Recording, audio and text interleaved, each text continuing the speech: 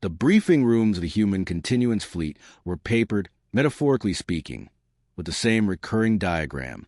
It appeared in after-action reports, in tactical academies, in the private notes of admirals who had survived engagement with the Arath, and the posthumous notes of those who had not. 3 concentric rings, annotated in the clipped shorthand of military cartography.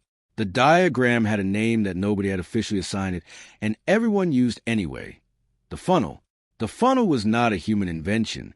It was an Arath invention, and understanding it, truly understanding it, not merely knowing its shape but feeling its logic, was a prerequisite for everything Lieutenant Sera had spent 2 years of her life building.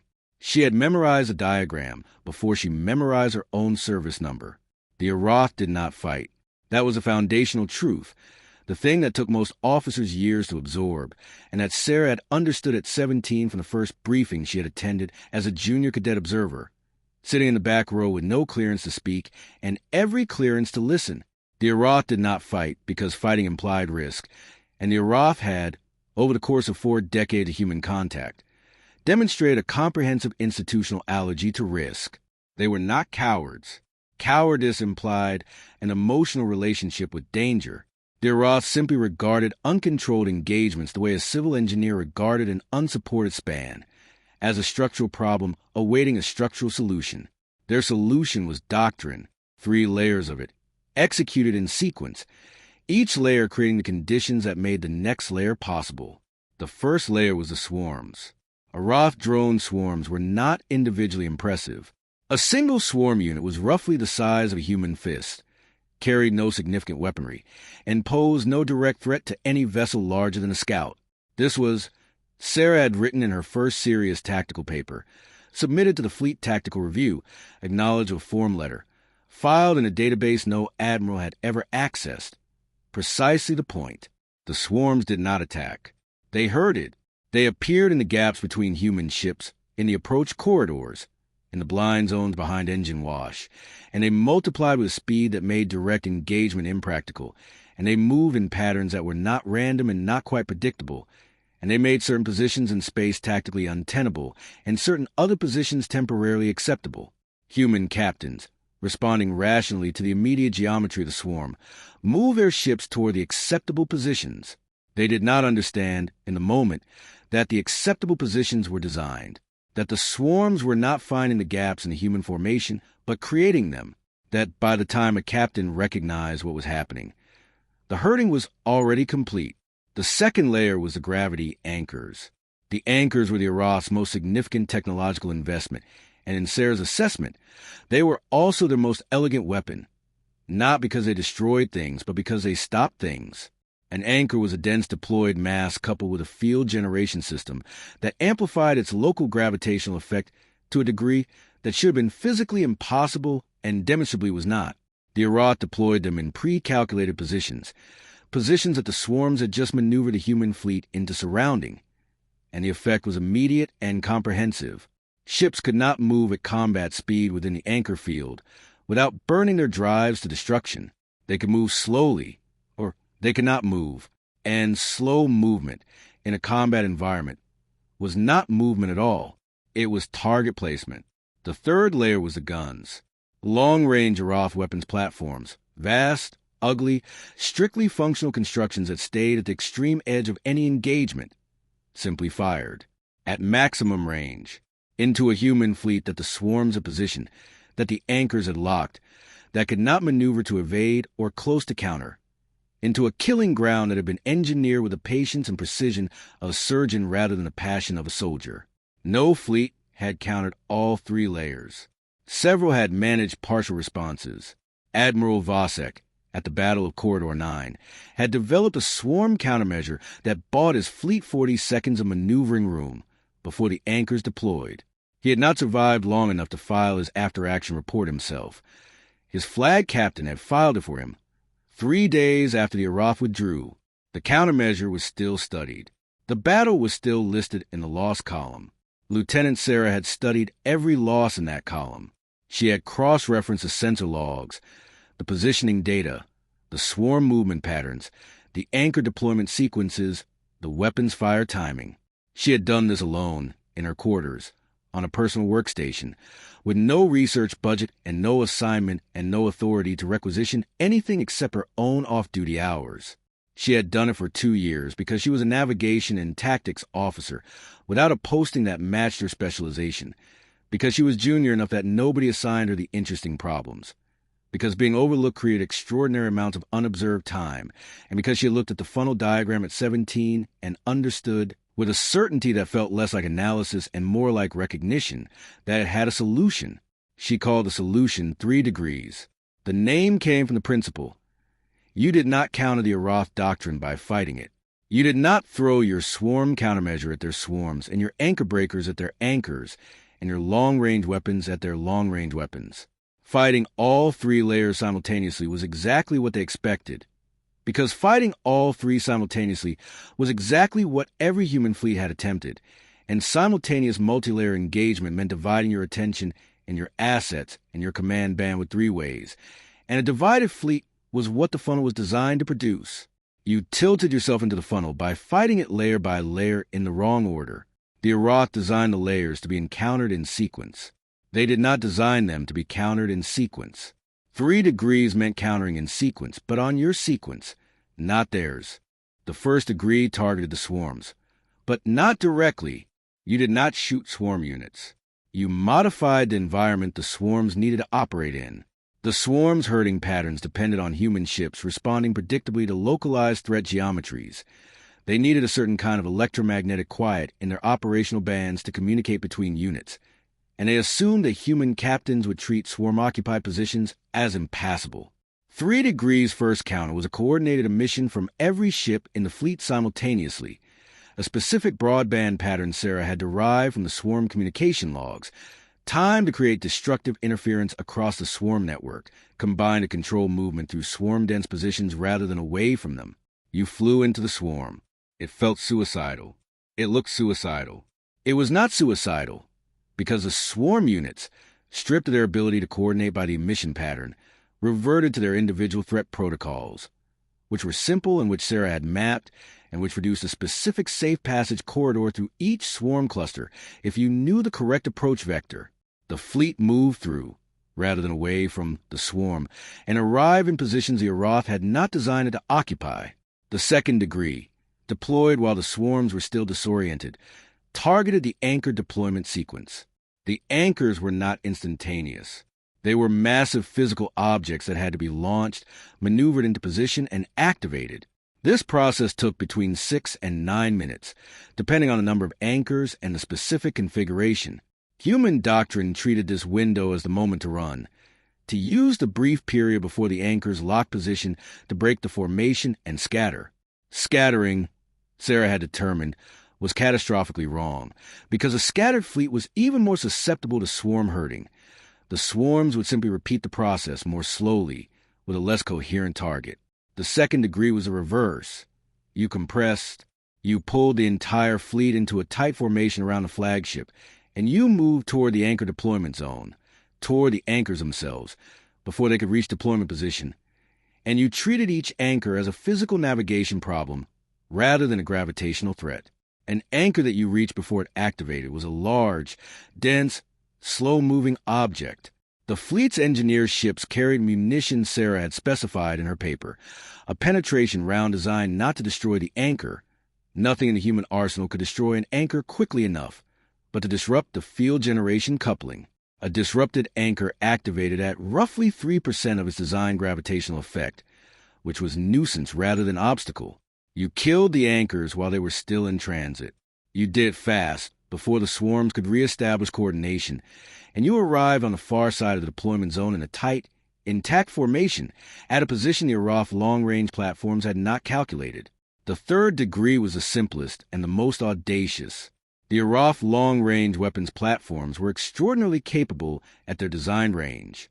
They were not designed for close engagement. The Arath doctrine did not permit close engagement. The entire point of layers 1 and 2 was to prevent any human fleet from closing to short range.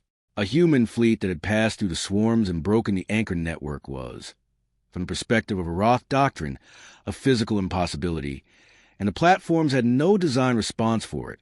3 degrees third counter was a full fleet acceleration toward the platforms, not a fighting advance, but navigation operation, the fastest possible closing of distance, to bring the human fleet inside the platform's minimum effective range, where the Arath weapons targeting geometry required a reconfiguration that took between 8 and 12 minutes to execute, and where the human fleet's shorter-range weapons were fully effective. You close a distance. You got inside their capacity. You held that position for the window of reconfiguration time, and then you withdrew, because the goal was not to destroy the platforms. The goal was to demonstrate to the Arath's tactical systems that the battle had not gone according to doctrine, which triggered their risk assessment protocols, which invariably produced the same result: withdrawal. The Arath did not fight uncontrolled engagements. Show them an uncontrolled engagement, and they left. 3 degrees worked on paper. It worked in simulation. Sera had run it 1,147 times in simulation, varying the swarm density, the anchor count, the platform range, the fleet composition, the communications lag, the human error rate. It worked in 1,112 of those simulations. The 35 failures were educational and had produced 5 significant refinements to the doctrine. The problem was that a simulation was not a fleet, and a paper was not a battle. And for 2 years, Sera had been the junior-most tactics officer on a series of postings that never put her in a room with anyone who would listen to a lieutenant talk about doctrine. Waypoint Keth changed that, in a way that catastrophes changed everything, completely, immediately, and without asking permission. The Arath arrived at Waypoint Keth at 0340 hours, fleet standard. Sera was at her secondary navigation console on the flagship Arden's bridge when the proximity alerts fired, and her first thought, before the adrenaline, before the professionalism, before anything that could be called a considered reaction, was there more of them than the models predicted. Her second thought was that this was actually survivable information because the models had not accounted for the specific Waypoint Keth geometry, which compressed the Arath deployment space in a way that would make their swarm patterns predictable within a narrower range than open space would have permitted. Her third thought was that she needed to be standing next to Admiral Thorne approximately 30 seconds ago. She was across the bridge from him. He was 60 years old, broad-shouldered, with a particular stillness of a man who had commanded in 6 engagements and survived all 6. And he was not looking at her, because there was no reason for him to know she existed. The bridge was controlled chaos, the orderly, trained, professional chaos of a crew executing emergency protocols with competence. Signals were flowing. Positioning reports were populating the tactical display. 3 department heads were converging on Thorne simultaneously, delivering information in the clip prioritized shorthand to people who had practiced this exact moment. Sera picked up her personal tablet, pulled up the 3 degrees document she had not closed in 2 years, and walked across the bridge. Admiral. She said it clearly, at a volume calibrated to be heard without being a shout, and she kept walking because stopping at a respectful distance would allow him to defer her with a gesture, and he would defer her, and she would not get a second approach. He turned, and his expression was the expression of a flag officer who has just been addressed by someone whose face he does not recognize during an active threat alert, which was not a welcoming expression. "Who are you?" "Lieutenant Sera, sir, secondary navigation and tactics. I need 4 minutes." "Find your station, Lieutenant." "Sir." She reached him and turned the tablet, so he could see the display. The diagram on the screen was the funnel, annotated in her own notation, with a second overlay in a different color. They're going to do it in sequence. Swarms and approximately. She glanced at the tactical display, calculating 6 minutes. Anchors 8 minutes after that.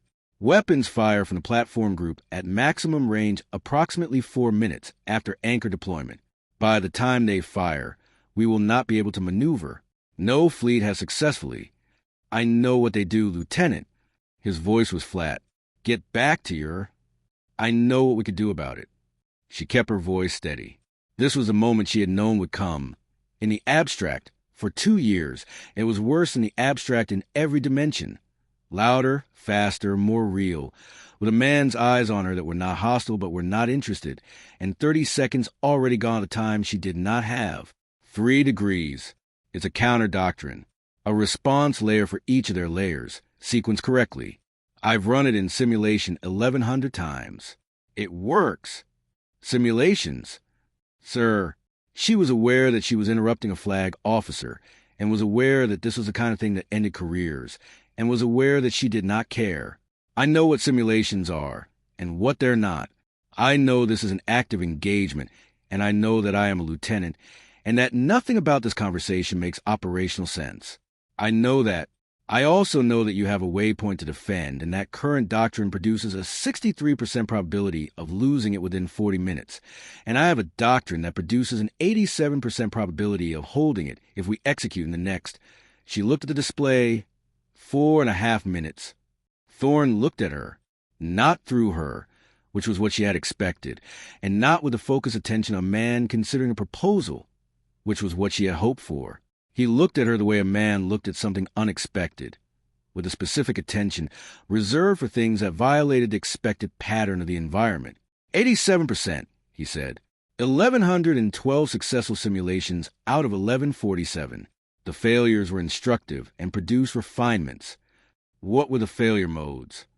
The question was sharp and specific, and it was a question she had wanted to ask, and she had 3 seconds to decide whether to take it as an invitation or a test. She took it as both. Second layer timing. If the swarm disorientation window is shorter than projected, which happens when swarm density exceeds a certain threshold, the anchor disruption window compresses, and there is enough time to reach all anchor units before deployment. In 23 of 35 failures, that's what killed it. She gestured at the display. But Keth's geometry compresses the Arath deployment space. Their swarm density will be higher, but their anchor count will be lower. It trades one risk for another. It's still manageable. You've thought about Keth specifically. I've thought about every geometry in the sector specifically. Keth is the most defensible. It's why they're hitting it. They want us to think we can hold it and stay engaged long enough for the funnel to close. Thorne was quiet for 3 seconds. The bridge continued to function around them. Department heads exchanging data. Screens populating with position reports. The machinery of a warship at full alert filling the air with controlled noise. 3 seconds was a very long time. Who else has seen this doctrine? Fleet Tactical Review acknowledged my submission in year 1. I don't know if anyone read it. Clearly someone didn't. He looked at the diagram again. You want Fleet Tactical Command during an active engagement. Yes, sir. Your lieutenant. Yes, sir. Walk me through the first layer counter. 30 seconds. She talked for 28 seconds. She was precise, she was fast, and she did not simplify. She had spent 2 years being the person who understood this better than anyone else, and she did not waste a moment by pretending to understand it less.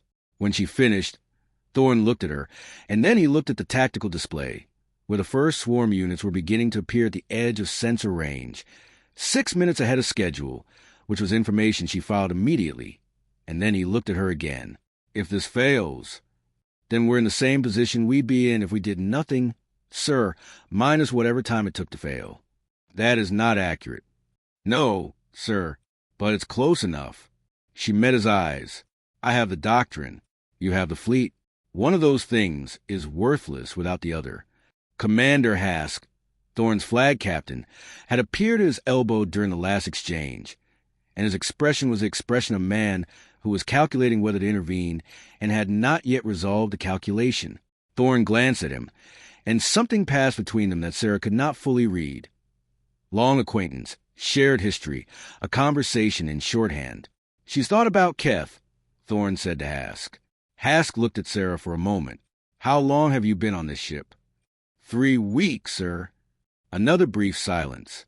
Hask looked at the display, where the swarm units were multiplying at the edge of range. Give her tactical, Hask said. I'll manage the political fallout. Thorne nodded once. He turned to the bridge at large and raised his voice by approximately 12%, which was enough to produce instant attention without being a shout. All stations. Lieutenant Sera has Fleet Tactical Command effective immediately. Flag Authority supports all her orders. Full compliance. He looked back at her. The board is yours, Lieutenant. Sera had imagined this moment. She had not imagined the specific weight of it. The way the bridge's attention shifted, the way it landed on her like something physical, the way the tactical console suddenly had a different meaning. She took a breath that she did not allow to be audible. Thank you, sir. She turned to the signals station. "I need signals, Officer Bren, at the Fleet Communications Board. Now." There was a fractional pause from the signals team. Bren was not a bridge officer by default assignment. And then someone moved, and a half-human figure who had been at a secondary station along the bridge's port wall stood and walked to the Fleet Communications Board with the unhurried precision of someone who had been waiting to be called. Bren was... The term that appeared in official documentation was hybrid transition, the diplomatically neutral language for the generation of children born from the Arath human contact period, before the contact became conflict. Half human, half Arath. The combination produced a particular cognitive architecture that most posting officers found difficult to manage, and that Sera, who had specifically requested Bren's assignment, regarded as the single most valuable tactical asset available. The Arath built their doctrine in layers. The layers had transitions. The transitions had signatures. Bren could read those signatures, not through any mysticism, but through a pattern recognition capacity that combined human intuitive synthesis and Arath systematic perception in a way that neither species produce alone, approximately 3 minutes before the transitions became visible to standard sensors. 3 minutes was enough. If you knew what to do. Bren settled at the Fleet Communications Board and looked at Sera across the bridge with an expression that contained, in roughly equal measure, professional readiness and something that might have been relief. "First swarm wave is ahead of schedule." "I see it. What do you read on the second layer prep?" Bren looked at the signals display, not the tactical display. The signals display, the one that showed electromagnetic and gravitational background data that most officers treated as noise. "They're not there yet. I'll have it when they start. That's all I need." Sera turned to the helm stations and the communications board and the weapons officers and the engineering liaison, all of whom were watching her with the particular attentiveness of professionals who have been told to follow unfamiliar orders and have not yet decided how they feel about that. She did not have time to earn their confidence through any means other than competence. So she chose competence. "All ships," this is Fleet Tactical, "we are executing a counter-doctrine called 3 degrees. I need everyone to listen carefully, because what I'm about to ask you to do will look wrong. It will look exactly wrong. It will feel exactly wrong. I need you to do it anyway." The swarms arrived. They materialized. There was no better word for the speed of it. Between and around and through the gaps in the human fleet formation, emerging from positions that were not quite where sense of prediction had placed them, and within 30 seconds of first appearance, they were dense enough to make navigation between ships complicated and dense enough to confuse the fleet's local positioning systems. The bridge's tactical display became a visual approximation of chaos. Hundreds of thousands of swarm units in constant motion, their patterns complex enough to strain any real-time analysis. "First degree," Sera said. "All ships. Broadband emission pattern alpha. Begin on my mark. Navigation. Set approach vectors to swarm-dense coordinates. I'm uploading the corridor calculations now." She transmitted the precalculated approach vectors she had prepared 2 years ago in a different context, refined 6 months ago when she had first been posted near Keth and had calculated its specific geometry, finalized 3 weeks ago when she had come aboard the Arden and run the local sensor logs. "All ships, confirm receipt." Confirmations came back, ship by ship, across the fleet net. 12 capital ships for destroyer groups, 3 engineering vessels, 2 rescue and repair platforms. Some of the confirmations came with a fraction of a second's delay that she interpreted as hesitation. She understood the hesitation. The approach vector she had uploaded directed every ship in the fleet to move into the swarm rather than away from it. And moving into the swarm was a thing that every instinct and most doctrines said you did not do. Mark. The emission pattern fired fleet-wide, a coordinated broadband pulse in the specific frequency ranges Sera had spent 8 months isolating from swarm communication logs, shaped to produce destructive interference across the swarm network's coordination layer. It did not destroy any swarm unit. It did not need to. It interrupted the shared state communication that turned hundreds of thousands of individual units into a single distributed intelligence, and for approximately 90 seconds, the window during which the swarms would recalibrate their individual protocols before re-establishing network communication, each unit reverted to its simple individual programming. Individual swarm units were obstacle avoidance machines. They move away from oncoming ships. The fleet moved toward them. Watch the corridor boundaries. Sera said on the fleet net, "You have 6 meters of margin on each side. Trust the vectors." It was surreal, from the bridge of the Ardent, to watch the tactical display show an entire human fleet fly into the heart of an Arath swarm deployment, and to watch the swarm part around them, not cleanly, not without individual units impacting shields and registering on damage assessments, but functionally in the sense that mattered, which was that the fleet was moving through the swarm in control formation, and the swarm could not close the herding formation around them, because the ships were no longer behaving like ships that could be herded. 30 seconds, Bren said from the communications board. Not an announcement. A quiet, precise statement. The first intimation of the second layer. Time to swarm network reestablishment. Sera asked the signals team. 65 seconds, estimated. 30 seconds before the Arath began second layer preparation. 65 seconds before the swarms could coordinate again. The math was uncomfortable, but workable. Second degree prepares. Engineering vessels. Bring the penetration rounds to ready status. The round Sera had spent 4 months convincing the Ardent armor to actually fabricate, based on specifications from her paper, after a conversation that had required her to invoke obscure provisions of Fleet Tactical Research Authority that she was not certain she actually possessed.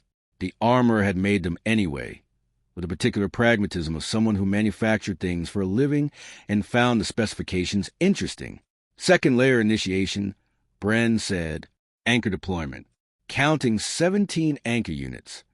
17 anchors for Keth's geometry. Her models had projected 14 to 19. 17 was workable. The anchor units appeared on the tactical display, large, slow-moving masses launched from the Arath platform group, on calculated intercept courses with the positions the swarms had been designed to herd the human fleet into. They were heading toward positions the human fleet was not occupying, which was the first visible evidence, on the tactical display, that 3 degrees was doing what it was supposed to do. Sera registered this without celebration, because visible evidence of success was not yet success, and the anchors were moving and time was the only currency that mattered. Fleet. Compress formation of flagship-centered sphere, radius 300 meters, and advance on bearing 27 Mark IV. That bearing takes us through the anchor deployment zone. Engineering vessels to the formation perimeter. You have the targeting package for each anchor unit. We are going to intercept them before they reach deployment position. Firing authority is delegated to engineering vessel commanders. Individual judgment on intercept timing. Move. The fleet moved. This was the second moment that looked wrong. A fleet compressing into a tight formation and accelerating toward the objects that were designed to trap it. Sera watched the positioning display with the focus of a person who has spent 2 years seeing this in simulation and is now watching it happen at 1-to-1 scale in physical space, with the specific additional texture that physical space added, which was primarily that everything was slightly messier and slightly faster, and the margins were slightly thinner than simulation prepared you for. The engineering vessels moved to the formation perimeter and began firing. The penetration rounds were elegant in concept and unglamorous in practice. Dense penetrators designed to punch through the anchor casing and destroy the field generation coupling assembly, which was located in a specific position that Sera had identified from salvage analysis of a partially recovered anchor casing acquired, through a chain of requests she preferred not to think about, from a research facility 14 months ago. The coupling assembly was not armored, because Arath doctrine did not permit close enough engagement for anyone to threaten an anchor in transit. The penetration rounds found it, in most cases with a third or fourth shot. Anchors died in transit one by one, their gravitational effect collapsing as their field generators failed, becoming inert masses that the fleet navigated around. Not all of them. Sera had not expected all of them. 3 anchors reached deployment position and activated before the engineering vessels could intercept.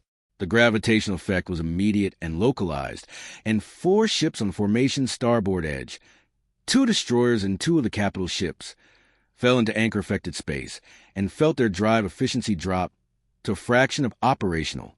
Trapped ships, minimum speed, hold position, do not burn drives. You are temporarily outside the main engagement. She switched to a private channel. Damage assessment on the 4 ships. Shields holding. Drives at 12% capacity. You're out of the engagement for now. Maintain position. Preserve drives. We'll clear the anchors from the other side. She switched back to FleetNet. Remaining fleet. 3rd degree. Accelerate to maximum combat speed on bearing for platform group. We are closing the distance. All short-range weapons to stand by. Bren said, "Something's wrong." Sera was at the tactical display, watching the approach vectors and the platform group's position, and she heard the specific quality of Bren's voice. Not alarm, because Bren did not alarm, but the specific flatness of a person reporting something that is not in expected data. She turned. "What do you read?" "The swarms are recoordinating faster than the standard reestablishment window." Bren's eyes were moving across the signals, display with the speed of someone processing several data streams simultaneously. "They've changed the recoordination protocol. This is..." A pause. "I don't have a reference for this exact signature. They're adapting." The Arath adapted mid-engagement. She had known this was possible. She had modeled it. She had not modeled a specific form of this adaptation, because you could not model what you could not anticipate. The swarms were recoordinating, which meant they would reestablish herding capability within. She calculated, using the partial recoordination data on the display, 20 to 40 seconds. The fleet was currently in tight formation and accelerating. A recoordinated swarm hitting a tight formation at speed would not be able to herd in the traditional sense, but it would be able to disrupt the formation's cohesion by selectively targeting the gaps between ships, and a disrupted formation could not execute the 3rd degree's closing maneuver with precision it required. She looked at the display, at the 3 active anchors that were holding 4 ships at the formation's edge, at the platform group, which was 11 minutes away at current acceleration, at the swarm units, which were beginning to show the first signs of network recoordination on the signals display. She thought, clearly fast, in the specific mode that she had trained for years because she had known, always, that doctrine met reality and reality was not a simulation, and the gap between them had to be crossed by something, and the only thing available to cross it was thinking faster than the other side. 20 seconds. The anchors, the 3 active anchors that she had treated as a complication, as an obstacle around which to navigate, the ships trapped in their fields designated as temporarily out of the engagement. She had been wrong. She had been solving the anchor problem with the anchor disruption round approach, which was a design 2nd degree response, and it had mostly worked. And the 3 surviving anchors were a partial failure, and she had mentally filed them as acceptable loss. They were not loss. They were assets. Active gravitational anchors produce a specific effect of making it extremely difficult for anything in their field to move at combat speed. The swarm units were in the same physical space as a fleet. If she moved the fleet through the anchor fields, deliberately using the 4 trapped ships as a pivot, swinging the main formation around into the anchor-affected zones, the swarm units that followed would enter the anchor fields too. Swarm units and anchor fields could not coordinate at speed. They would experience the same movement limitations as a fleet, but the fleet knew this was coming, and the fleet had humans on the helm who could adapt their navigation manually. And the swarm units were running an automated coordination protocol that did not include handling anchor field effects on swarm movement. It would work for approximately 90 seconds before the swarms adapted. 90 seconds was enough to push through to the 3rd degree if they accelerated immediately. She was at 15 seconds. She made the decision. All ships, abort current bearing. New formation. Swing starboard through anchor field perimeter. Use the 3 active anchors as cover. Yes, I mean fly through the anchor field. Drives at 20% to preserve them. We're not sprinting, we're threading. The 4 trap ships are your formation anchors. Swing around them tight. Swarm units will follow us into the field and lose coordination. We have 90 seconds before they adapt. Fleet communications. She looked at Bren. I need you to watch for swarm protocol shift. The moment they start adapting to the anchor field, tell me. Understood. Bren was already watching. The fleet maneuvered. This was the most complex piece of ship handling Sera had ever asked of a fleet she had known for 4 hours, and she was asking it in an active combat environment with swarm units pressuring the formation edges, and the helm officers and captains who executed it did so with a competence that she had not had time to measure and found, in the moment of execution, to be extraordinary. The fleet swung, not gracefully, not with the clean arcs of simulation, but effectively, which was the only standard that mattered, through the edges of the anchor fields, into the zone where gravitational effects reduced drive efficiency and made everything harder, where the swarm units that followed them discovered that their coordination protocol did not know how to handle a reestablishment cycle inside an anchor field's interference range, and where the human fleet, moving at 20% drive capacity but moving with clear orders and trained helmsmen, had a 90-second window in which the swarm was effectively neutralized.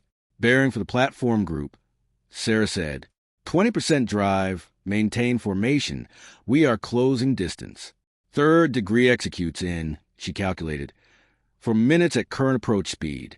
All short-range weapons to active standby. We are going to get inside their minimum effective range, and we are going to hold that position for 8 to 12 minutes. That is all we have to do. Hold the position. Bren said, Swarm is starting to adapt.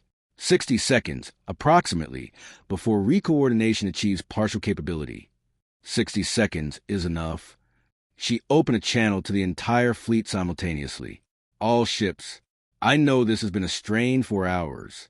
I know some of you have questions about who I am and why I have this authority, and whether what I'm asking you to do makes sense. I want to tell you, the questions are fair and you deserve answers, and I will give them to you after this engagement, and I know that is not very useful right now. What I can tell you right now is that we are 4 minutes from a position where the Arath doctrine cannot function, and they have no design response for a fleet that has navigated swarms, broken anchors, and closed a distance, because no fleet has ever done it. And the reason no fleet has ever done it is not because it's impossible. The reason is that the doctrine to do it was on a lieutenant's personal workstation, and nobody read the paper. She paused. Read the paper later. Right now, fly the heading. The fleet flew the heading. The platform group grew on the forward display. The Arath weapons platforms were visually impressive in a way that purely functional objects were sometimes impressive, vast and angular, and clearly designed by minds that had never considered aesthetics as a variable, and they were not moving because they had never been required to move, because nothing had ever gotten close enough to require it. They were configured for maximum range engagement. Their targeting systems were optimized for ships at extreme distance. At the range the Ardent and her fleet were closing to, those systems required a full reconfiguration that Sera's research had timed at 8 minutes minimum, 12 minutes for a fleet of the platform group size. The fleet crossed inside minimum effective range at 0513 hours. The Arath weapons fired once, a partial salvo, the systems already beginning their reconfiguration sequence, the firing solution incomplete, and the salvo dispersed across a zone that the fleet had already moved through, and the tactical display registered no hits on fleet assets.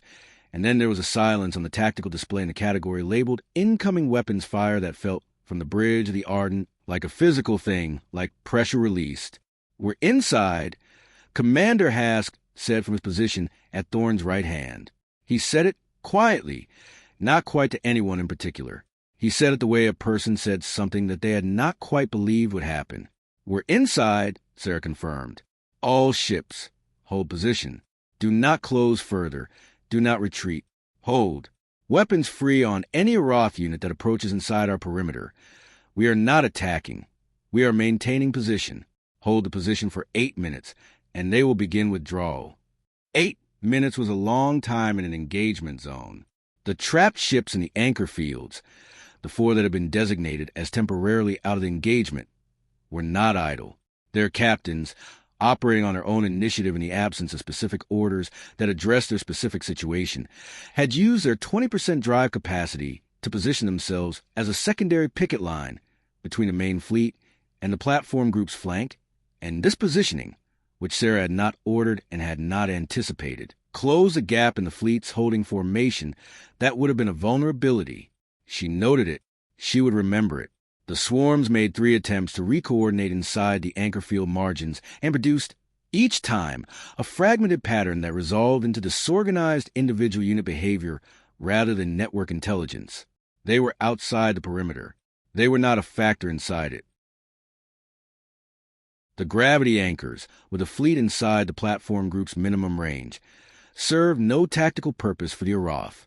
They had been designed to trap a fleet at a distance where the long-range weapons could reach it. They could not reach the fleet now. At the 6th minute, the Arath platform group began to move, not toward the fleet, away from it. They're reconfiguring for withdrawal, Bren said, watching the signals display. Full withdrawal. The platform group is calling the swarms back. Sera watched the tactical display show something that no after-action report had ever shown in a battle involving the full Arath three-layer doctrine. The funnel, in reverse. The swarms collapsed inward, retreating toward the platform group. The anchor units that had not been destroyed began a slow retrieval sequence. The platform group's movement, initially slight, became deliberate, became a vector that pointed away from Waypoint Keth and toward the outer system boundary. "They're leaving," said someone at a console behind Sera. She did not know whose voice it was, and it did not matter. "Yes," she said. "That's what they do, when an engagement becomes uncontrolled." She watched the display for another 30 seconds, tracking the withdrawal vectors, confirming their consistency, checking for any indication that the movement was a feint or a repositioning rather than a genuine withdrawal. It was genuine. The Arath risk assessment protocols were not subject to emotional override. They had assessed the engagement as uncontrolled, and they were executing withdrawal without ambiguity. She opened the fleet net. "All stations, maintain current positions for 20 minutes while we confirm withdrawal vectors. Do not pursue. Do not provoke. Let them leave." A pause. "Well done. All of you. Well done." She closed the channel. The 20 minutes passed. The Arath withdrawal was methodical and complete. They did not leave stragglers. They did not leave anchor units. They recalled the swarms in an orderly sequence, the platform group covering the retrieval until the last swarm unit was aboard, and then the platform group itself accelerated toward the system boundary with the efficient, unhurried movement of an organization that was not fleeing but executing a planned redeployment. They had assessed. They had concluded. They were going. Waypoint Keth was intact. Every installation, every structure, every ship on the station's berths, intact.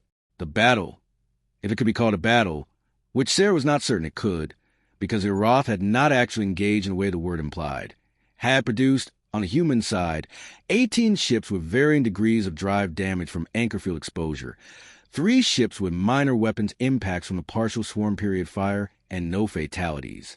On the Arath side, 17 anchor units destroyed in transit, swarm network disrupted and recalled, platform group withdrawn. Sera stood at the tactical board and watched the withdrawal complete and felt, in the specific space behind her sternum, the release of something that had been held at tension for so long she had forgotten it was there. Commander Hask appeared at her shoulder. The 4 ships in the anchor fields are requesting guidance on drive protocols for recovery. Their engineers want to know if they should restart at full power or sequence up gradually. "Sequence up," Sera said, without having to think about it. "The anchor exposure stresses the drive, coupling asymmetrically. If they restart at full power, they'll get variable thrust across the drive array, and it'll feel like the ship is pulling to port. It isn't a systems failure. It's just the coupling readjusting. Sequence up over 10 minutes, and it'll normalize." Hask looked at her with an expression she could not immediately categorize. "You know this from the simulations?" "From research on how the anchors produce the gravitational effect. The field interacts with active drives in a specific way. It's in the paper. The paper that Fleet Tactical Review acknowledged with a form letter." "Yes, sir." He nodded slowly and moved away to relay the guidance. Sera began the post-engagement documentation, the systematic recording of positioning data, decision points, timing, outcomes that would eventually become the formal record of what had happened at Waypoint Keth.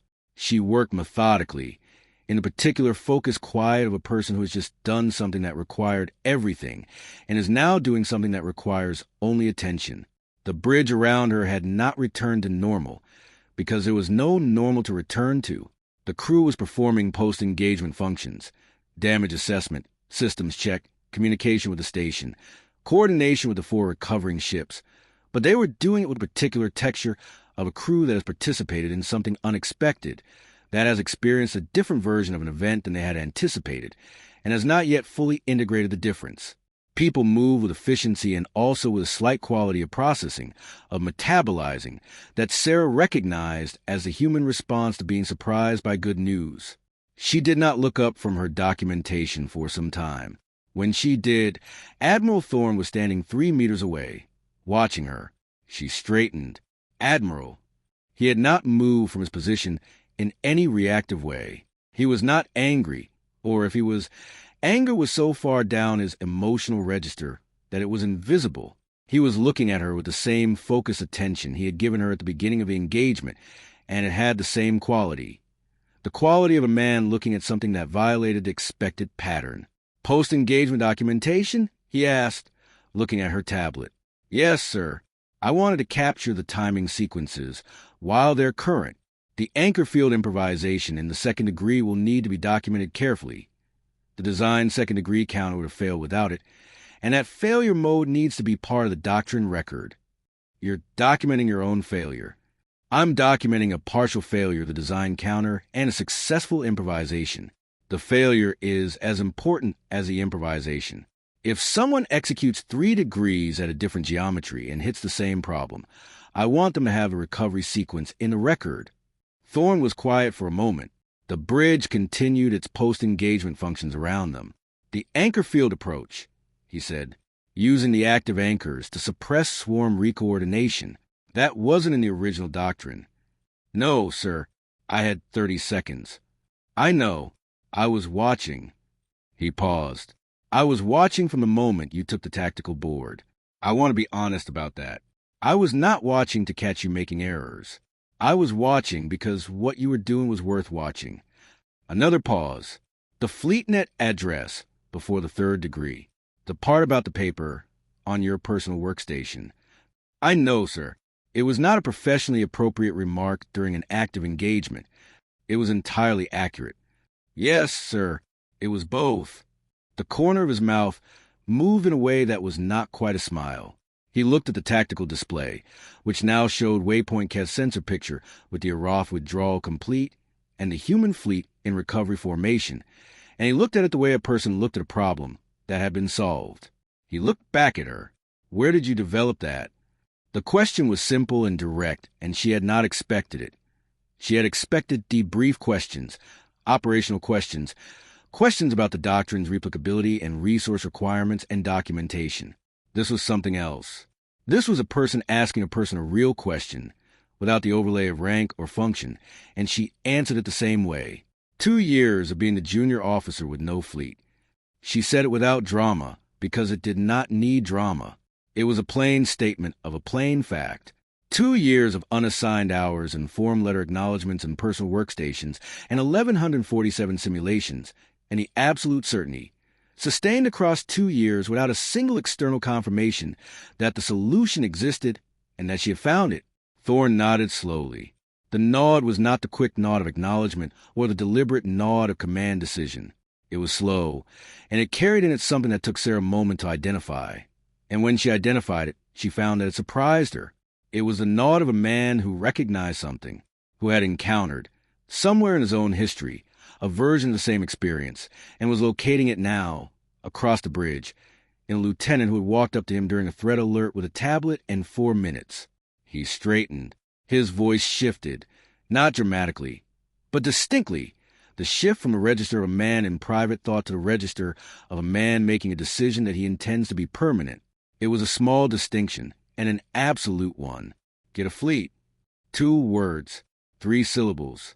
The shortest possible expression of the most direct possible intention. Sera stood very still for a moment.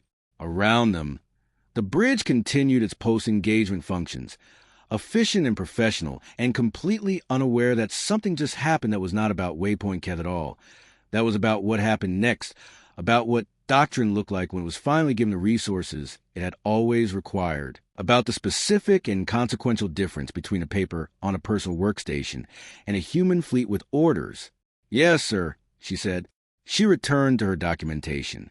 She was precise. She was thorough. She noted every timing sequence, every adaptation, every point at which the design doctrine had required deviation, and every improvisation that had covered the gap. She noted the performance of the fleet's helm officers during the formation swaying through the anchor fields. She noted the autonomous initiative of the 4 trapped ships' captains in repositioning as a picket line. She noted Bren's 3-minute layer transition predictions. would have been accurate in each case and recommended, in formal terms, that Bren's capacity be included in any future 3 degrees deployment as a core tactical asset. She wrote the failure into the record with the same care that she wrote the success, because a doctrine that recorded only its successes was a doctrine that would fail in ways nobody anticipated, and she was not building something for one battle. She was building something for the battles after this one and the battles after those, and for every junior officer who would someday be given the time to think, because nobody was paying attention to them, and who might use that time the way she had used it, and who deserved to find in the record a complete and honest account of what 3 degrees was and what was not and what it had required. Waypoint Keth was intact. The Arath had withdrawn, somewhere in the outer system, moving at efficient withdrawal speed toward wherever the Arath went when they went away. A platform group's tactical systems were recording the engagement data from Keth and running it through the same kind of analysis that Sera had been running in reverse for 2 years. They were identifying the counter-doctrine. They were beginning to model responses. She knew this. She had always known this. The doctrine was not a permanent solution. It was around in an ongoing exchange. The Arath would adapt, and she would need to have adapted first, and the advantage she had over them was the same advantage she had always had. She had more unoccupied time than anyone expected, and she intended to use it well. She saved the documentation file. She began the next one, which was labeled in her personal notation system, 3 degrees, revision 1, anticipated Arath counter-adaptations, and proposed human responses. She had been working on it, in outline, for 6 months. She had a fleet now. She could afford to be faster.